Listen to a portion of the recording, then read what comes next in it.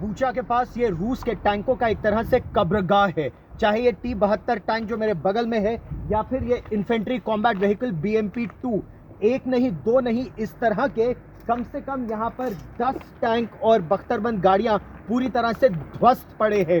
आप ये देख सकते हैं कि ये टैंक पूरी तरह से किस तरह से इस पर वार किया गया है कि इसकी जो नाल है वो बिल्कुल अलग उछल कर आकर गिर गई है और हर तरफ आप देखेंगे तो केवल ध्वस्त टैंक और उनकी ये main gun T-72 tank 155 millimetre उसकी गन होती है और बहुत ही सक्षम टैंक माने जाते हैं। भारतीय सेना में भी T-72 टैंक बड़ी संख्या में इस्तेमाल होते हैं, लेकिन यहाँ पर अगर आप देखें तो 1 2 3 4 5 ये टैंक और ये BMP-2 आर्मर्ड पर्सनल कैरियर ये भी भारतीय सेना में इस्तेमाल होती है। ये सब ट्रैक्ड है।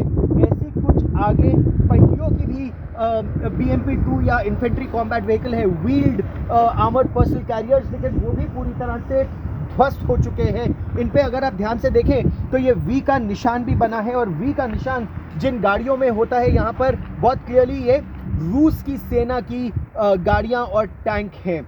V और Z ये दो निशान रूस की गाड़ियों में यहाँ पर है। इनको किस तरह से ध्वस्त किया गया है, जब आप यहाँ पर यूक्रेन की सेना के अधिकारियों से बात करें तो इन्हीं जंगलों में वो छिपे हुए थे अपने javelin anti tank guided missiles के साथ, और इसके अलावा उनके पास अनमैन्ड कॉम्बैट एरियल व्हीकल्स भी थे।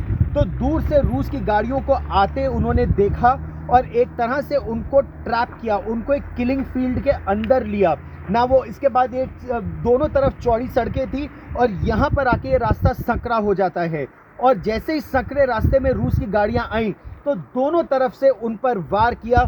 ये सारी गाड़ियां दाएं बाएं, टैंक और बख्तरबंद गाड़ियों ने कोशिश की दाएं बाएं जाने की, वो सफल नहीं हो पाए और इनको एक तरह से चुन चुन कर मारा। इनमें कुछ ऐसे टैंक हैं जिनमें अभी भी रूसी सिपाहियों के शव या जिस तरह से सारी गाड़ियां ध्वस्त हुई, शव के जब टैंकों के परखच्चे उड़ गए तो शवों के भी परखच्चे से उड़े हुए हैं। और यहाँ इस तरह के 10-12 टैंक और गाड़ियाँ हैं बूचा के पास, यही पीछे भी एक और जगह है। तो इस तरह से न्यूमेरिकली कम होने के बावजूद डिस्रप्टिव टेक्नोलॉजी, चाहे वो ATGMs हो या अनमैन्ड कॉम्बैट एरियल व्हीकल्स हो, उनका इस्तेमाल करके रूस को कीव में घुसने से रोका यूक्रेन की सेना ने।